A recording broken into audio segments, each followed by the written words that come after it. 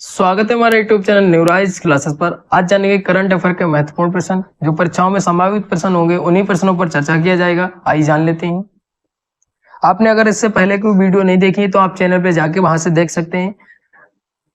प्रश्न दिया है, वर्ष 2024-25 में विपणन के लिए रबी उपजों के न्यूनतम समर्थन मूल्यों में सबसे ज्यादा वृद्धि किस उपज के लिए की गई? तो इसका जो राइट आंसर है वो आंसर नंबर 2 सही होगा, मसूर। अगला प्रश्न दिया, भारत का 54वां अंतरराष्ट्रीय फिल्म महोत्सव नवंबर 2023 में कहाँ आयोजित हुआ? तो इसका जो राइट आंसर है वो आंसर नंबर 2 सही होगा, गोवा। अगला प्रश्न दिया, अर्थशास्त्र नोबेल पुरस्कार 2023 किसे प्रदान किया गया? तो इसका जो राइट आंसर है वो आंसर नंबर 1 सही हुआ, Claudia Goldin. World Swedish academy of sciences द्वारा 9 अक्टूबर 2023 को इसकी घोषणा होती है। अमेरिकी श्रम अर्थशास्त्री क्लाउडिया गोल्डिन को ये पुरस्कार 10 दिसंबर 2023 को स्टॉकहोम में प्रदान किया गया और ये तीसरी महिला जो है वो अर्थशास्त्र में पुरस्कार पाने वाली, ये इंपॉर्टेंट बन जाता है। अभी तक 3 ही महिलाओं को ये पुरस्कार दिया जा चुका है। 2013-14 के बीच में अमेरिकन इकोनॉमी संगठन की अध्यक्ष भी रही थी। अर्थशास्त्र नोबेल पुरस्कार की जो शुरुआत हुई है वो 1968 में, पहली बार 1969 में ये पुरस्कार जाने टिबरन जेन रेगनर फ्रिक्स ये पुरस्कार 2 लोगों को संयुक्त रूप से दिया गया था। भारत के विषय में जाने तो भारत में पहली बार प्रोफेसर अमर्त्य सेन को यह पुरस्कार 1998 में प्रदान किया गया था। 1999 में इन्हें भारत रत्न से सम्मानित किया गया था। अगर भारत के विषय में अर्थशास्त्र पूछ लिया जाए तो अमर्त्य सेन को ही दिया गया था पहली बार। और आगे जानते हैं। अगला प्रश्न दिया है, उत्पादों की प्रदर्शनी भारत मोबिलिटी ग्लोबल एक्सपो 2024 का आयोजन कहाँ किया गया? तो इसका जो राइट आंसर है वो आंसर नंबर 1 सही होगा, नई दिल्ली। और जानते हैं इसके बारे में। मोबिलिटी ग्लोबल एक्सपो 2024 का आयोजन नई दिल्ली में भारत मंडपम में 1 से 3 फरवरी 2024 को हुआ। इसमें देश विदेश की 800 से अधिक कंपनियां शामिल थी, अपना प्रदर्शन किया। जो भी प्रोडक्ट जो कंपनियां बनाती हैं उसका प्रदर्शन किया। इसमें से जैसे ऑटोमोबाइल्स शामिल है, बैटरी बाइसिकल साइकिल बनाने वाली कंपनियां शामिल हैं। अगला प्रश्न दिया है, राष्ट्रीय जनजाति महोत्सव 2024 जिसे आदि महोत्सव भी कहा जाता है का आयोजन भारत के किस शहर में किया गया? इसका जो राइट आंसर है वो आंसर नंबर 2 सही होगा, नई दिल्ली। आदि महोत्सव का आयोजन दिल्ली के मेजर ध्यानचंद नेशनल स्टेडियम में 10 से 18 फरवरी 2024 को हुआ।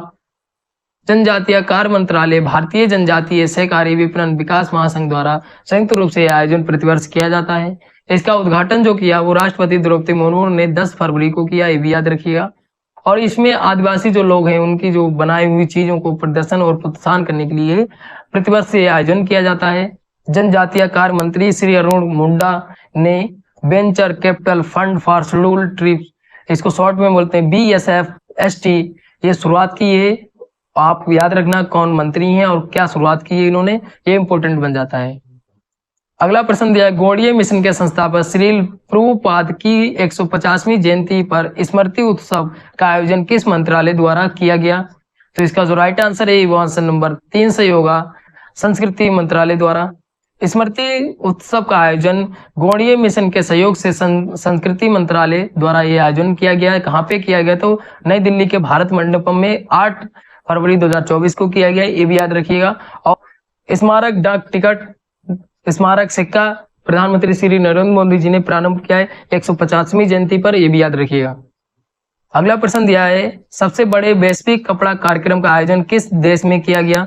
तो इसका जो राइट आंसर है वो आंसर नंबर 1 सही होगा, भारत। भारतीय टेक्सटाइल उद्योग अब तक का सबसे बड़ा वैश्विक कपड़ा कार्यक्रम नई दिल्ली में 26 से 29 फरवरी 2024 को हुआ। 11 कपड़ा निर्यातक संवर्धन परिषदों और वस्त्र मंत्रालय द्वारा यह आयोजन किया गया। इसका उद्घाटन प्रधानमंत्री श्री नरेंद्र मोदी जी ने किया। 3000 से अधिक खरीदारों को 2 स्थानों पे ये आयोजन किया गया, भारत मंडपम में, यशो भूमि नई दिल्ली में, दोनों स्थान नई दिल्ली में है, ये भी याद रखिएगा। अगला प्रश्न दिया है, 37वां सूरजकुंड अंतरराष्ट्रीय हस्तशिल्प मेला भारत के किस राज्य में आयोजित किया गया? इसका जो राइट आंसर है वो आंसर नंबर 3 सही हुआ, हरियाणा।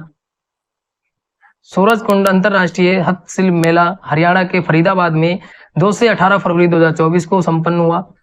इसमें हरियाणा के राज्यपाल बंडारू और मुख्यमंत्री मनोहर लाल खट्टर ने दीप प्रज्वलित किया और इसका उद्घाटन जो किया, उद्घाटन इंपोर्टेंट बन जाता है, श्रीमती द्रौपदी मुर्मू जो राष्ट्रपति हैं भारत की, उन्होंने 2 फरवरी को किया। और इसमें जो थीम था राज्य गुजरात, एक थीम था उसका कार्यक्रम का। और इसमें भागीदार देश अगर पूछ लिया जाए तो तंजानिया था, ये इंपॉर्टेंट बन जाता है भागीदार देश, और थीम इंपॉर्टेंट है। और इसका पहला जो आयोजन हुआ था वो 1987 में हुआ था, ये भी याद रखिएगा। अगला प्रश्न दिया है, नई दिल्ली में विश्व पुस्तक मेला 2024 का उद्घाटन किसने किया? इसका जो राइट आंसर है वो आंसर नंबर 4 होगा, केंद्रीय शिक्षा मंत्री श्री धर्मेंद्र प्रधान जी ने किया।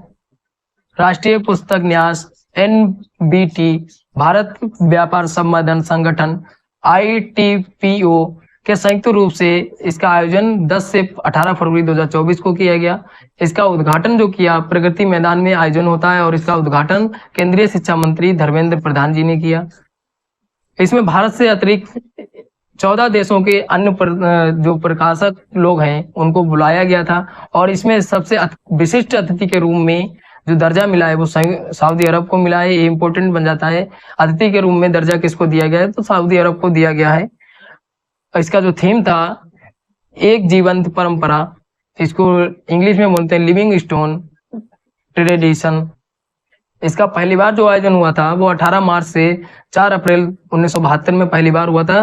कहाँ पे हुआ था तो जनपथ रोड के विंडर्स प्लेस में हुआ था। ये इंपॉर्टेंट बन जाता है, पहली बार कहाँ आयोजन होता है और इस बार कहाँ पे आयोजन हुआ है, तो ये इंपॉर्टेंट बन जाता है। इसका उद्घाटन किसने किया, इसका थीम क्या है, ये चीजें इंपॉर्टेंट है। और अगला प्रश्न दिया है, PV नरसिम्हा राव को भारत रत्न देने की घोषणा कब की गई? तो इसका जो राइट आंसर है वो आंसर नंबर 3 सही होगा, 9 फरवरी 2024 को। PV नरसिम्हा राव जो निवासी थे वो तेलंगाना के थे।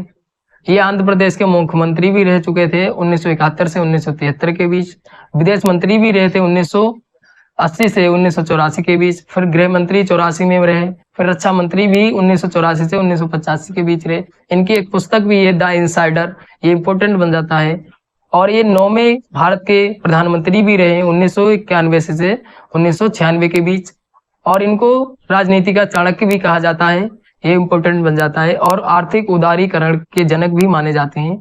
ये इतनी जानकारी थी। और अभी तक 2024 में 5 लोगों को भारत रत्न दिया जाएगा। कितने लोगों को? 5 लोगों को भारत रत्न दिया जाएगा, जिसमें से PV नरसिम्हा राव भी शामिल हैं, कर्पूरी ठाकुर भी शामिल है, लाल कृष्ण आडवाणी भी शामिल है, चौधरी चरण सिंह भी शामिल है, और MS स्वामीनाथन भी शामिल है। 5 लोगों को कुल मिला के भारत रत्न दिया जाएगा।